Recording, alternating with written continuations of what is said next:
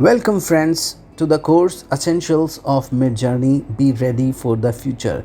जी हाँ दोस्तों, स्वागत करता हूँ मैं एस.के. निर्मल आपका इस कोर्स में जो मैंने बनाया है मिडजर्नी के ऊपर। मिडजर्नी से रिलेटेड जो भी बेसिक चीज़ें हैं वो सभी मैं इस कोर्स में कवर करूँगा। दोस्तों स्वागत है आपका इस चैप्टर में जिसमें हम बेसिक्स के बारे में जानेंगे। मिडजर्नी में एक बहुत अच्छा प्रॉम्प्ट बनाने के लिए हमें किन किन बेसिक जानकारियों का होना आवश्यक है। चलिए देखते हैं बेसिक्स कौन कौन से हैं जिनके बारे में आपको पता होना चाहिए। देखिए, सबसे पहला जो कॉन्सेप्ट है जो आपको पता होना चाहिए वो है आर्ट स्टाइल्स। जी हाँ, आर्ट स्टाइल्स जब आप समझेंगे तभी आप एक प्रॉम्प्ट में बता पाएंगे कि आपको किस तरह की इमेज बनानी है, किस स्टाइल की इमेज बनानी है। तो देखिए दोस्तों, यहाँ पर मैंने करीब 25 से ज़्यादा कुछ स्टाइल्स आपके लिए मैंने लिखी हैं। जैसे कि एक स्टाइल है पिक्सल आर्ट। पिक्सल आर्ट में क्या होता है कि जो पुराने वीडियो गेम्स नहीं होते थे उनके जैसे सुपर मारियो में पिक्सल्स आते थे, वैसे ही यहाँ पर जो AI है आपको पिक्सल आर्ट, जिसमें एक इमेज को छोटे छोटे पिक्सल्स के रूप में बांट दिया जाता है, अलग अलग कलर के पिक्सल्स, और आपको एक इमेज बनाकर दी जाती है। तो पिक्सल आर्ट गेम बनाने में काम आ सकता है। आपको कोई एक कॉन्सेप्ट है जो आपको पिक्सल आर्ट के फॉर्म में दिखाना है तो वो काम आ सकता है। तो पिक्सल आर्ट की जैसे इमेज जो है वो कुछ इस तरह की दिखाई देती है दोस्तों। यहाँ पर आप देख सकते हैं एक बच्ची की एक फ़ोटो है जिसमें डिफरेंट कलर्स और डिफरेंट स्क्वायर्स आपको दिखाई दे सकते हैं। तो पिक्सल आर्ट जो है थोड़ी अलग टाइप की होती है और आप इसे यूज़ कर सकते हैं। तो आपको प्रॉम्प्ट में क्या करना होगा, यहाँ पर लिखना होगा इमेजिन प्रॉम्प्ट, फिर a cute girl from India dressed like a fairy, ये मेरा प्रॉम्प्ट था। और फिर इसके बाद मैंने लिखा पिक्सल आर्ट स्टाइल। तो ये जो स्टाइल है ये हमने पिक्सल आर्ट डाली। इसी तरह से एक स्टाइल होती है water colour style. Water colour style जो वाटर कलर्स होते हैं उनसे जिस तरह का टेक्सचर और जिस तरह का कलर बन के आता है वैसी ही इमेज ये वाटर कलर स्टाइल में आपको मिलेगी। जो क्रेयॉन स्टाइल, क्रेयॉन देखिए आप जानते हैं बच्चे जब ड्राइंग करते हैं तो उनके पास क्रेयॉन्स होते हैं जो कि वैक्स से बनाए जाते हैं, और ये वैक्स से बनने वाले कलर्स एक अलग ही टेक्सचर दे देते हैं इमेज को। तो क्रेयॉन स्टाइल में अगर आपको इमेज चाहिए तो आप क्रेयॉन स्टाइल प्रॉम्प्ट में डालें, यहाँ पिक्सल आर्ट की जगह लिखें क्रेयॉन स्टाइल, तो आपकी जो इमेज है वो क्रेयॉन स्टाइल में आ जाएगी। एक स्टाइल होती है डिजिटल आर्ट। ये कंप्यूटर ग्राफिक्स की आर्ट है, आर्ट वर्क है जो कि डिजिटल टेक्नोलॉजी से बनाया जाता है और अलग अलग तरह के इफेक्ट्स इसमें देखने को मिल जाते हैं। जैसे यहाँ पर देखिए आप, ये रियलिस्टिक नहीं होता है, इस तरह का आप अगर फोटो लेंगे तो कैमरा में नहीं आएगा, लेकिन ये कंप्यूटर की मदद से इन्होंने इसको बहुत ही अपील देने वाला, बहुत ही प्रभावशाली बना दिया है। यहाँ पर लाइटिंग आप देख सकते हैं, यहाँ पर कलर्स और किस तरह की इन्होंने बारीकियां यूज़ करी हैं। ये डिजिटल आर्ट में संभव है। तो आपको क्या करना होता है, अपने प्रॉम्प्ट के आगे आपको डिजिटल आर्ट लिखना होगा। तो डिजिटल आर्ट में जो है आपको ये इमेज मिल जाएगी। एक बहुत ही पॉपुलर स्टाइल है जिसको हम बोलते हैं एनीमे स्टाइल। एनीमे स्टाइल जो होती है वो एनिमेशन से रिलेटेड है। ये जापान में ओरिजिनेट हुआ और बहुत ही यूनिक और बहुत ही अच्छा स्टाइल है ये। अगर आप कोई पिक्चर बुक, कलर बुक बनाना चाहते हैं या कोई यूट्यूब स्टोरी बनाना चाहते हैं तो एनीमे स्टाइल जो है वो बहुत ही अच्छा स्टाइल माना जाता है। एक स्टाइल है क्यूबिज्म स्टाइल जो पिकासो और ब्राक ने डेवलप किया था, और ये सब्जेक्ट जो भी आपकी इमेज है उसको जियोमेट्रिक शेप्स में कन्वर्ट कर देता है। तो अगर आप एक क्यूबिस्ट फॉर्म में कुछ इमेज चाहते हैं तो आप डिज़ाइन कर सकते हैं। ज़्यादातर जो लैंडमार्क्स हैं या कोई आर्किटेक्चरल डिज़ाइन है उनको आप क्यूबिज्म स्टाइल में काम में लेते हैं। एक स्टाइल होता है इम्प्रेशनिज्म। तो इम्प्रेशनिज्म स्टाइल जो है वो 19th सेंचुरी में ओरिजिनेट हुआ, और इसमें जो है किसी सीन को देखने पर उसी समय क्या महसूस होता है वो कैप्चर किया जाता है। तो यहाँ पर आपको जो आपका प्रॉम्प्ट होगा उसमें आपको डॉट के बाद लगाना पड़ेगा। आपका प्रॉम्प्ट हो गया, प्रॉम्प्ट के बाद आपको लिखना पड़ेगा इम्प्रेशनिस्ट स्टाइल। तो इम्प्रेशनिस्ट या impressionism in the style of impressionism. देखिए यहाँ पर मैंने एक प्रॉम्प्ट लिख रखा है, a garden in spring in the style of impressionism. तो यहाँ पर जो है फील आएगा, इमेज को देखने पर लगेगा कि वास्तव में वो गार्डन जो है स्प्रिंग में है। एक होता है सरियलिज्म। सरियलिज्म में जो है इसमें इंसान एक अलग ही दुनिया में चला जाता है, अपने अचेतन मन की गहराइयों में चला जाता है। तो थोड़ा फिलोसॉफिकल अगर आपको दिखाना है तो सरियलिज्म स्टाइल का यूज़ करें। Surreal landscape with floating islands and waterfall, तो एक अलग ही दुनिया में इंसान चला जाएगा। तो अगर आपको मेडिटेशन या इस तरह की चीज़ों के लिए आपको कोई इमेज बनाना है, पिक्चर बनाना है, तो आप सरियलिज्म स्टाइल का यूज़ कर सकते हैं। इसको लिखने के लिए प्रॉम्प्ट मैंने दिया है सरियल लैंडस्केप। तो सरियल वर्ड आप इसमें यूज़ करें प्रॉम्प्ट के अंदर। एक पॉप आर्ट होता है। पॉप आर्ट जो है वो ये मास कल्चर को दिखाता है, मतलब जो उस समय क्या इंडस्ट्रीज़ बढ़ रही थी और जो सिटीज़ में जिस तरह का एडवर्टाइजमेंट आपने देखा होगा, कॉमिक बुक्स आए थे उस वक्त, तो उस तरह की जो आर्ट है जिसमें कॉमिक बुक्स और एडवर्टाइजिंग में जिस तरह के ग्राफिक्स यूज़ किए जाते थे, उस तरह की आर्ट होती है ये पॉप आर्ट। तो आप यूज़ कर सकते हैं और देख सकते हैं किस तरह की ये जो आर्ट है ये है। अगर आपको ये अच्छी लगे तो आप इसे बेशक यूज़ करें। Abstract expressionism, an art movement characterized by large abstract painted canvases that emphasize brushwork and colour और रिप्रेजेंटेशनल सब्जेक्ट मैटर। तो यहाँ पर क्या है, बहुत बड़े बड़े कैनवास होते हैं और उन कैनवासों पे ब्रश वर्क बहुत ज़्यादा होता है, कलर बहुत ज़्यादा यूज़ करते हैं। ठीक है, तो अगर आपको इस तरह का स्टाइल यूज़ करना है, इस तरह का स्टाइल की पिक्चर चाहिए, तो आप एब्स्ट्रैक्ट एक्सप्रेशनिस्ट इंटरप्रिटेशन ये वर्ड आप उसमें डाल सकते हैं। रियलिस्टिक स्टाइल भी काफ़ी अच्छा एक तरीका है, एक अच्छी स्टाइल है। इसमें आप अपना पोर्ट्रेट लोगों का बना सकते हैं और अपने जो पोर्ट्रेट्स बनते हैं उनको आप बेच सकते हैं अपने प्लेटफॉर्म पर। तो रियलिस्टिक स्टाइल अच्छा है। देखिए यहाँ पर मैंने एग्जाम्पल के लिए बनाया है उसी प्रॉम्प्ट को जो कि हमने पहले यूज़ किया था, उसका स्टाइल चेंज कर दिया रियलिस्टिक स्टाइल की, और यहाँ पर आप देख रहे हैं कितनी प्यारी एक इमेज बनकर आई है। तो ये रियलिस्टिक स्टाइल का कमाल है और ये बहुत ही खूबसूरत इमेजेस तैयार करके देती है आपको रियलिस्टिक स्टाइल। तो आपका पर्पस क्या है, उस पर्पस के हिसाब से आप अपनी स्टाइल सेलेक्ट करें। एक फैंटेसी स्टाइल होती है जिसमें वही जिस तरह से एक सरियल लैंडस्केप हम देख रहे थे ऊपर की तरफ, एक फिलोसॉफिकल दुनिया, ये वैसी एक फैंटेसी दुनिया में आपको लेके जाता है जो है ही नहीं, एग्जिस्ट नहीं करता असलियत में। तो आपको ये उस वर्ल्ड, जैसे मान लीजिए आप सोचें कि मार्स की दुनिया, तो वो क्या होगा, एक फैंटेसी स्टाइल हो गया। एक स्टाइल है आर्ट नो व्यू स्टाइल। इसमें क्या होता है, decorative style of art seen in architecture, graphic art, interior design that's characterized by intricate linear designs and flowing curves. तो अगर आपको एक आर्किटेक्चर की तरह इमेजेस चाहिए, आप इंटीरियर डिजाइन करना चाहते हैं, तो आप इस स्टाइल को जरूर यूज करें। गोथिक स्टाइल है, गोथिक स्टाइल में देख सकते हैं आप elements and that inspire thoughts of death, supernatural and the sublime often found in architectural designs। तो जैसे चर्च हो गया, शमशान घाट हो गया, तो उस तरह का सुपर नेचुरल और डेथ की, तो थोड़ा सा ये गॉथिक स्टाइल है, थोड़ा सा हॉरर टाइप हो जाता है ये, और थोड़ा बिल्डिंग्स और उनको दिखाता है, तो गॉथिक स्टाइल आप यूज़ कर सकते हैं। फ्यूचरिस्टिक स्टाइल, ये थोड़ा सा साइंटिफिक फिक्शन साईफाई वर्ल्ड को दिखाएगा, थोड़ा फैंटेसी वर्ल्ड से रिलेटेड है। रेनेसो स्टाइल है, इसमें हार्मनी, प्रोपोर्शन और बैलेंस को दिखाया जाता है, तो रियलिस्टिक और नेचुरलिज्म दोनों को इसमें साथ रखा जाता है। तो इसमें क्या होता है, रियलिस्टिक ही एक तरह से स्टाइल है, बट इसमें कलर्स और वो बहुत ही सूदिंग होते हैं, ऐसे लगता है आपको नेचर का ही एक इमेज है। तो रेनेसो स्टाइल भी काफ़ी अच्छा स्टाइल माना जाता है। कॉमिक बुक स्टाइल, अगर आप कॉमिक्स लिखना चाहते हैं तो आप इस स्टाइल को यूज़ कर सकते हैं। कॉमिक्स को मुझे एक्सप्लेन करने की बिल्कुल भी ज़रूरत नहीं है, आप सभी जानते हैं। Minimalist style, it is an art style that breaks things down into most basic shapes and forms. तो मिनिमलिस्टिक में क्या करते हैं कि जो आपकी शेप्स हैं उनको बहुत ही सिंप्लीफाई कर दिया जाता है, ठीक है, और बहुत ही सिंपल शेप्स के रूप में आपको इमेज बना के दी जाती है। हॉरर स्टाइल में डर को दिखाने के लिए हॉरर स्टाइल आप यूज़ कर सकते हैं, ठीक है, जैसे a haunted mansion in a remote landscape, दूर दराज के इलाके में एक ऐसा भूतिया घर आपको दिखाना हो तो हॉरर स्टाइल आप यूज़ करें। रोमांटिक स्टाइल भी आप इमोशन और ड्रामेटिक एक्शन को दिखाने के लिए इसे यूज़ कर सकते हैं। थोड़ा सा एक रोमांटिक सीन आपको दिखाई देगा, उसमें कलर्स ऐसे यूज़ किए जाएंगे, पत्ते उड़ते रहेंगे, हवाएं चलने का कुछ दिखा देंगे, तो ठीक है, वो एक रोमांस को दिखाएगा। पिक्चर बुक स्टाइल, ये भी काफ़ी फेमस है, चिल्ड्रन बुक बनाने के लिए पिक्चर बुक स्टाइल या कार्टून स्टाइल यूज़ किया जाता है। ये दोनों स्टाइल्स में आप यूज़ कर सकते हैं, पिक्चर बुक, कार्टून स्टाइल। तो पिक्चर बुक में थोड़ा सा रियलिस्टिक होगा, अगर आप कार्टून डाल देंगे तो कार्टून स्टाइल हो जाएगा। पिक्चर बुक में ये दोनों कंबाइन भी कर सकते हैं आप, बट ये दोनों काफ़ी यूज़फुल हैं जो चिल्ड्रन बुक कंटेंट बनाते हैं या इलस्ट्रेटेड ग्राफिक नॉवल बनाते हैं, उनके लिए ये दोनों स्टाइल्स काफ़ी यूज़फुल हो सकते हैं। Manga style Japanese comic book style है और इसमें सिनेमेटिक लेआउट और वेरिएशंस है, मतलब ये जैसे मूवी दिखती है उस तरह का एक पिक्चर क्रिएट होता है, जैसे मूवी में सीन्स दिखाई देते हैं उस तरह की। कॉन्सेप्ट आर्ट में क्या होता है, जो जैसे मान लीजिए कोई फिल्म या वीडियो बनने वाली है, उस वीडियो में क्या होगा, कि क्या क्या चीज़ें होंगी, तो उसको एक कॉन्सेप्ट आर्ट के रूप में दिखाना पड़ता है। जैसे मान लीजिए एक सिम्बा वाली मूवी है द लायन किंग, तो सिम्बा जो है वो किस तरह से फाइट करेगा, उसकी एक कॉन्सेप्ट आर्ट बनानी पड़ेगी और उस कॉन्सेप्ट के हिसाब से फिर मूवी डिज़ाइन किया जाएगा।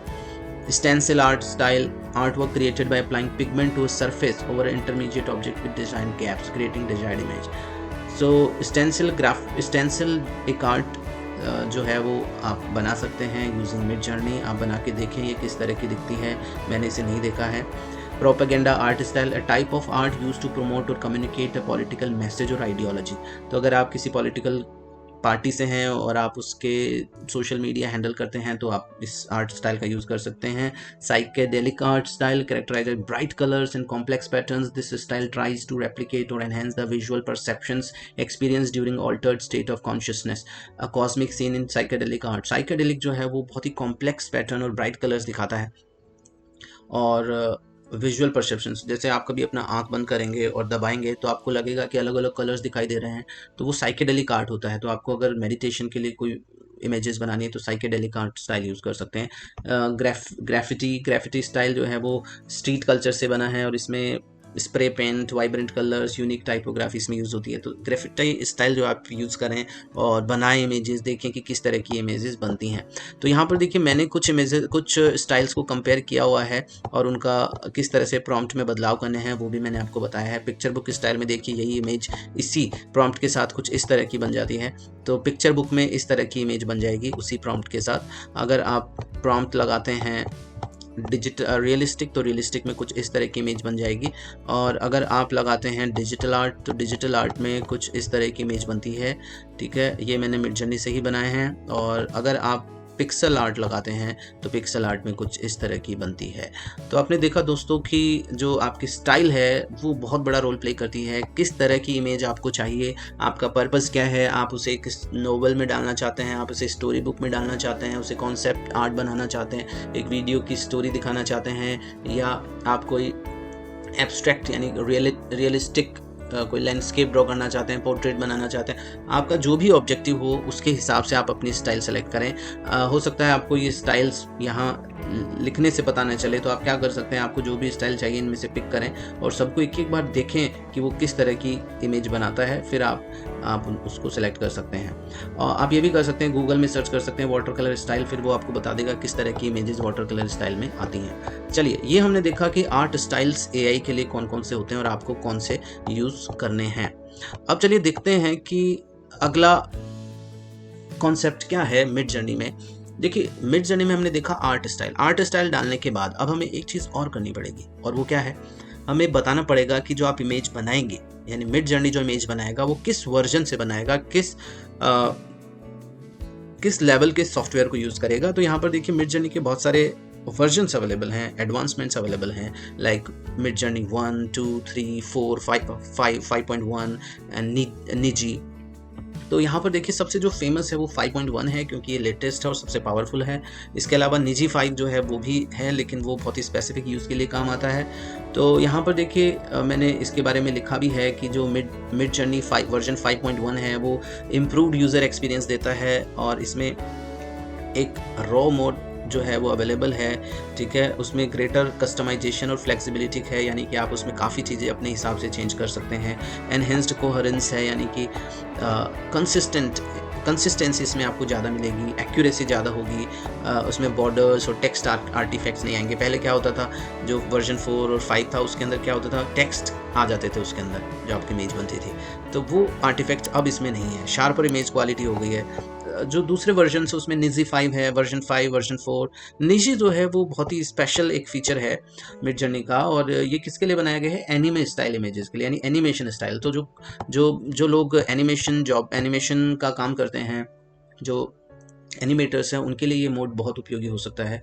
और जस्ट इसको यूज़ करने के लिए आपको कुछ नहीं करना, केवल आपको डालना है, यहाँ पर आप देखिए हाइफन निजी 5, स्पेस दे दें इसके बाद हाइफन निजी 5।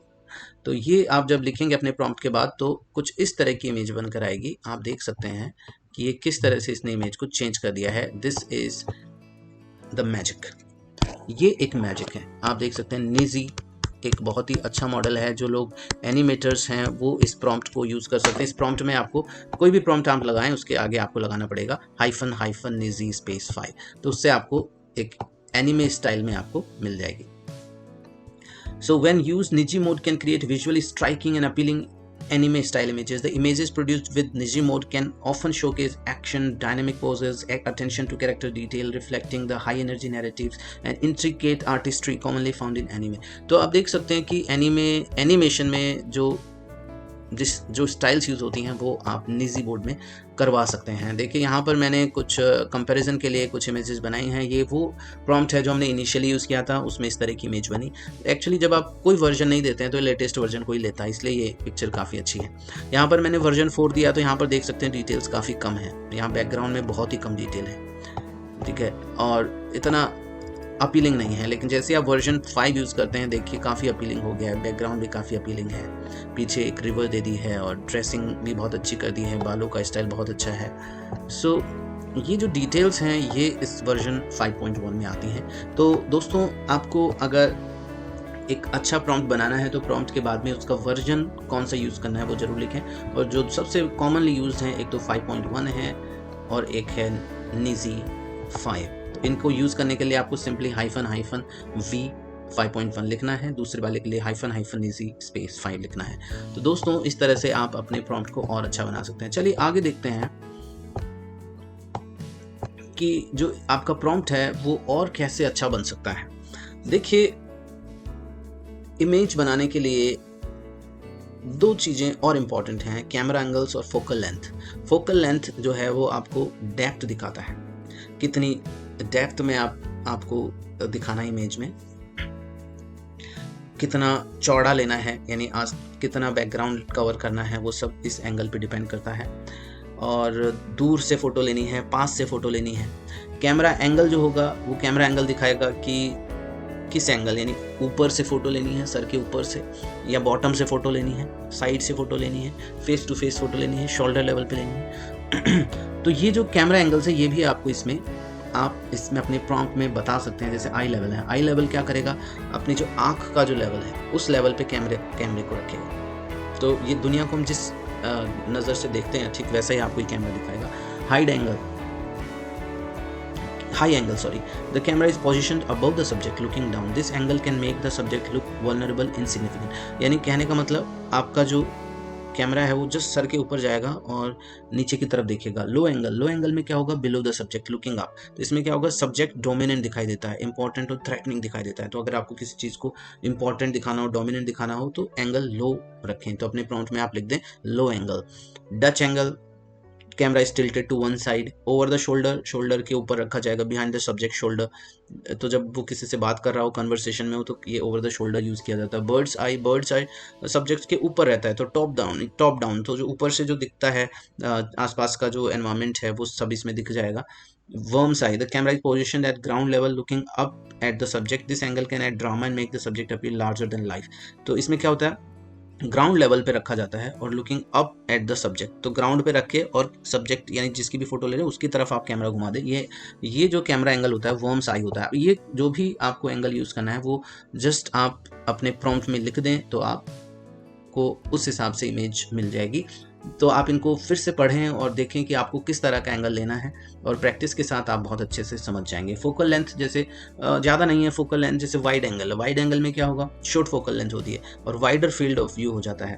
तो अगर आपको आपकी फ़ोटो या जो भी जिस आदमी या जिस सब्जेक्ट की फ़ोटो लेनी है उसको बड़ा दिखाना है, ठीक है, बैकग्राउंड पीछे लेना है, उसको आगे लाना है, तो उससे क्या होगा, वाइड एंगल में चला जाएगा। जैसे मैंने यहाँ पर लिख दिया वाइड एंगल, तो ये जो गर्ल है वो आगे आ गई है और बैकग्राउंड थोड़ा श्रिंक कर गया है। स्टैंडर्ड ह्यूमन आई पर्सपेक्टिव, जिस तरह का हमें दिखाई देता आँख से, तो वो स्टैंडर्ड जो है फोकल लेंथ होती है। टेलीफोटो, इसमें क्या होता है, जो दूर के ऑब्जेक्ट्स वो पास आ जाते हैं।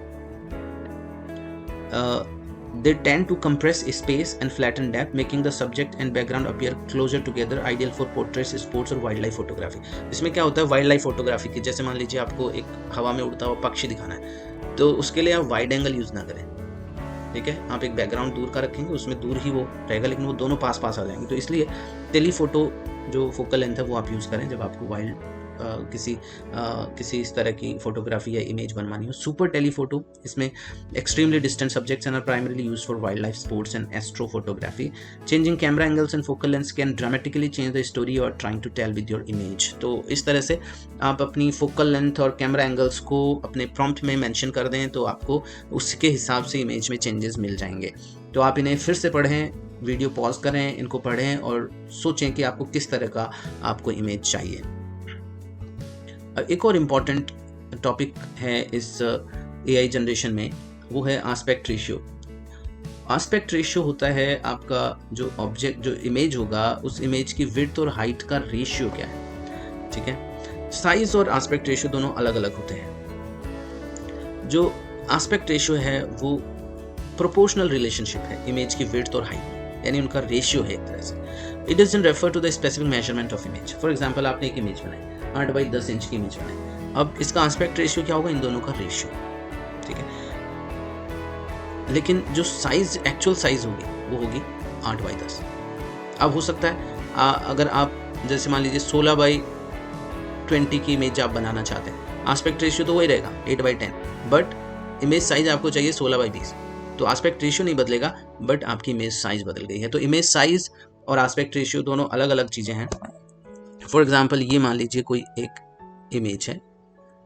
अब इस इमेज को आप चाहते हैं कि ये इमेज इतनी हो जाए, ये साइज हम ले लें। यहाँ पर मान लीजिए 2 इंच है, ये 1 इंच है, यहाँ पर मैंने इसको 4 कर दिया, इसको 2 कर दिया। आस्पेक्ट रेशियो सेम है, लेकिन साइजेस दोनों के अलग अलग हो गए, साइज ये डबल हो गया उससे, बट आस्पेक्ट रेशियो, इनका जो रेशियो है दोनों का, वो सेम है, 1:2 या 2:1, 1:2 का रेशियो है, ठीक है। 1:2 का रेशियो है दोनों में ही, बट इनकी साइजेस दोनों के अलग अलग हैं। तो साइज और आस्पेक्ट रेशियो दोनों आपको बताना पड़ेगा, बट आप ये ध्यान रखें कि अगर आप आस्पेक्ट रेशियो बता रहे हैं तो साइज भी उसके अकॉर्डिंग ही होनी चाहिए। फॉर एग्जांपल 16:9 आस्पेक्ट रेशियो है, ठीक है। अब आप आस्पेक्ट मान लीजिए आप बताना चाहते हैं 8 इंच, इसका हाफ कर दें, इसका हाफ कर दें 4.5 इंच, तो ये ठीक है। 4.5 इंच जो है वो इसकी ये हाइट हो जाएगी, और ये जो विड्थ है वो हो जाएगी 8 इंच। तो ये जो साइज होगा, इसका आस्पेक्ट रेशियो कितना होगा, 16:9, ठीक है। तो इस तरीके से ये आप देख रहे हैं कि हम जो इमेजेस हैं उनका आस्पेक्ट रेशियो या साइज डिफाइन कर सकते हैं। दोनों ही चीज़ें रिक्वायर्ड होती हैं। कई बार क्या होता है कि आपको कोई मान लीजिए इमेज प्रिंटिंग में ले जानी है, तो उससे क्या करना होगा, उसके लिए आपको एक पर्टिकुलर साइज देना पड़ेगा, क्योंकि जो प्रिंटर्स हैं वो उसी साइज़ की इमेज प्रिंट करेंगे। आपका जो पेपर है वो भी एक फिक्स साइज़ का होता है, उसी साइज़ के हिसाब से आपको डिसाइड करना पड़ता है इमेज साइज। तो इमेज साइज आपका जो जिसके लिए आप इमेज बना रहे हैं, जिस पर्पज़ के लिए, उससे डिसाइड होगा। आस्पेक्ट रेशियो भी उसी पर्पज़ से ही डिसाइड होगा, आपको किस पर्पज़ के लिए चाहिए। आपको पिक्चर बुक के लिए चाहिए, आपको एक यूट्यूब वीडियो बनाने के लिए चाहिए, आपको एक सिनेमेटिक मूवी के लिए चाहिए, एंड सो ऑन। यहाँ पर देखिए मैंने डिफरेंट आस्पेक्ट रेशियोज बताए हैं, और ये बताया है कि किसके लिए वो यूज़ होते हैं। 1:1 square, this is popular on social media platforms like Instagram. 4:3 traditional TV computer monitor. 3:2 35 millimetre film DSLR, तो DSLR जो इमेजेस जो वीडियोस बनाता है वो इस साइज़ की होती हैं। 16:9 इसको वाइड स्क्रीन बोलते हैं। हाई डेफिनेशन टीवीज़ और मोबाइल्स के लिए, अपने यूट्यूब वीडियोज़ के लिए सबसे सही आस्पेक्ट रेशियो है। एंड सिनेमा के लिए यहाँ पर अलग से एक रेशियो दे रखा है। साइजेस के लिए जैसे प्रिंटिंग बुक्स के लिए है, तो यहाँ पर एक स्टैंडर्ड साइज़ दे रखी है कि जो कॉमन मार्केट पेपर बुक्स होती हैं, नॉवेल्स वगैरह होती हैं, उनकी साइज़ ये 4.25 inches into 6.87 inches. Trade paper back, जो ज़्यादातर बुक्स फिक्शन नॉन फिक्शन की होती है, वो स्टैंडर्ड साइज़ ये है, यहाँ पर दिया हुआ है। Hard cover, graphic novels, picture books में आप देख सकते हैं 8x10 इंच की होती है, 10x10 की भी हो सकती है। तो ये साइज़ जो है वो डिपेंड करेगा आप क्या बनाना चाहते हैं, इमेज किस पर्पज़ के लिए आप यूज़ करना चाहते हैं। तो ये सारी आप देख लें, अच्छे से सोच लें, समझ लें किस साइज़ की आपको इमेज बनानी है। अगर आपको साइज़ से ज़्यादा फ़र्क नहीं पड़ता है तो आप स्किप भी कर सकते हैं। लेकिन जैसे यहाँ पर देखिए मैंने एक इमेज बनाई है, आपको मैं बता देता हूँ प्रॉम्प्ट में कैसे मैंने चेंज किया है। ये A4 साइज़ का मैंने एक इमेज बनाया है। A4 साइज़ मैंने लिख दिया है, और इसका जो साइज़ है वो 8x10 इंच कर दिया है, और आस्पेक्ट रेशियो जो है वो ये कर दिया है 2:110 रेशियो 297। ये जो रेशियो है ये A4 साइज़ का रेशियो है, ठीक है। और ये साइज़ भी A4 साइज़ की है, और इसका PPI पिक्सल पर इंच यानी इसका रेजोल्यूशन वो 300 PPI कर दिया, क्योंकि प्रिंटिंग के लिए सबसे सही माना जाता है। एंगल हमने बर्ड्स आई व्यू कर दिया है, वाइड एंगल है, और बर्ड्स आई व्यू जो है इसका कैमरा एंगल कर दिया हमने। पिक्चर बुक स्टाइल है, सेम प्रॉम्प्ट है, और ये जो लिंक है मैंने पुराना दे दिया क्योंकि हमें उसी तरह की इमेज चाहिए थी। तो यहाँ पर आप देख सकते हैं बर्ड्स आई ऊपर से दिख रहा है, एंगल दिख रहा है, वाइड एंगल दिख रहा है, यानी जूम कर दिया, इसको फोकस में कर दिया है गर्ल को। और A4 साइज़, अगर आप इसे कॉपी पेस्ट करेंगे एक A4 साइज़ के वर्ड में, तो एग्जैक्टली पूरा पेज पे ये फिल कर देगी ये इमेज। तो इस तरीके से आप अपनी जो इमेज है अपने पर्पज़ के हिसाब से इसको मॉडिफाई कर सकते हैं, आपका क्या पर्पज़ है उसके हिसाब से। अच्छा, अपने रिजोल्यूशन की हमने बात नहीं करी। रिजोल्यूशन भी बहुत ज़रूरी है। रिजोल्यूशन का मतलब होता है क्वालिटी, यानी एक गिवन एरिया में कितने पिक्सल्स हैं, जितने ज़्यादा पिक्सल्स होंगे उतना ही अच्छा रिजोल्यूशन रहेगा। यहाँ पर रिजोल्यूशन को 2 यूनिट्स में डिफाइन किया जाता है, एक तो पीपीआई, एक डीपीआई। पीपीआई होता है पिक्सल पर इंच और डॉट्स पर इंच, ये दोनों सेम ही चीज़ें हैं। ज़्यादातर जो प्रिंटिंग के लिए जो काम आता है वो 300 पीपीआई या डीपीआई, ये मिनिमम है। इससे ऊपर आप जा सकते हैं 600 डीपीआई, बट इससे ऊपर नहीं जाते हैं क्योंकि उससे फाइल का साइज़ बहुत बढ़ जाता है। ब्लैक एंड वाइट इमेजेस के लिए 1200 डीपीआई तक जाया जा सकता है, बट जो सबसे कॉमनली यूज्ड होता है वो 300 पीपीआई या डीपीआई इमेज है। तो आप अपना रेजोल्यूशन आपको जिस पर्पज़ के लिए चाहिए वो उसमें आप लिख दें। अगर आप प्रिंटिंग के लिए नहीं चाह रहे हैं तो आप 8K resolution, 4K resolution, high definition, ये सब टर्म्स भी यूज़ कर सकते हैं, इससे भी आपका काम बन जाएगा। और वैसे भी जो वर्जन 5.1 है वो आपको नेचुरली अपने आप ही हाई डेफिनेशन इमेजेस बना के देता है, हाई क्वालिटी इमेजेस देता है। बट फिर भी अगर आप बहुत स्पेसिफिक रहना चाहते हैं तो अपना रेजोल्यूशन सेटिंग आप उसमें डाल सकते हैं। देखिए, एक वेक्टर आर्ट एक ग्राफिक्स का टाइप है, डिजिटल ग्राफिक्स। देखिए, वेक्टर आर्ट के लिए मिड जर्नी सही नहीं, ये आपको वेक्टर आर्ट नहीं बना के देता है। वेक्टर आर्ट के लिए आपको दूसरे तरह के सॉफ्टवेयर्स यूज़ करने पड़ते हैं, जैसे एडोब इलस्ट्रेटर, कोरल ड्रॉ, इंकस्पेस, इस तरह से। ये सॉफ्टवेयर्स आपको इस तरह की इमेजेस बना के देते हैं जिसमें आप किसी भी इमेज को छोटा बड़ा कर सकते हैं। जैसे मान लीजिए कोई इमेज है, इसमें आप वेक्टर डायग्राम में क्या होगा, आप सिर्फ इस एक आँख को बड़ा कर पाएंगे, इसको सेम रख सकते हैं। फिर आप चाहते हैं ये शेप इस तरह की हो जाए तो वो हो सकता है, बट ये मिड जर्नी में ऐसा नहीं होगा। तो मिड जर्नी वेक्टर आर्ट, लोग लिख देते हैं कि वेक्टर आर्ट, लेकिन वो वेक्टर आर्ट जनरेट नहीं होती है, ठीक है। अगर आपको वेक्टर आर्ट बनाना है तो आप सिंपली लिख दीजिए लाइन डायग्राम्स। तो लाइन डायग्राम में क्या करेगा, वो लाइन जो आप मिड जर्नी है लाइन डायग्राम दे देगा आपको, जो भी इमेज आप चाहते हैं उसका। इसमें जैसे आप ब्लैक एंड वाइट में भी पिक्चर्स बनवा सकते हैं, लाइन डायग्राम्स बनवा सकते हैं, ठीक है। ये सब आपको अपने प्रॉम्प्ट में मेंशन करना पड़ेगा किस तरह की इमेज आपको बनवानी है। तो दोस्तों, आपने देखा कि किस तरह से हम अपने प्रॉम्प्ट को और ज़्यादा अच्छा बना सकते हैं।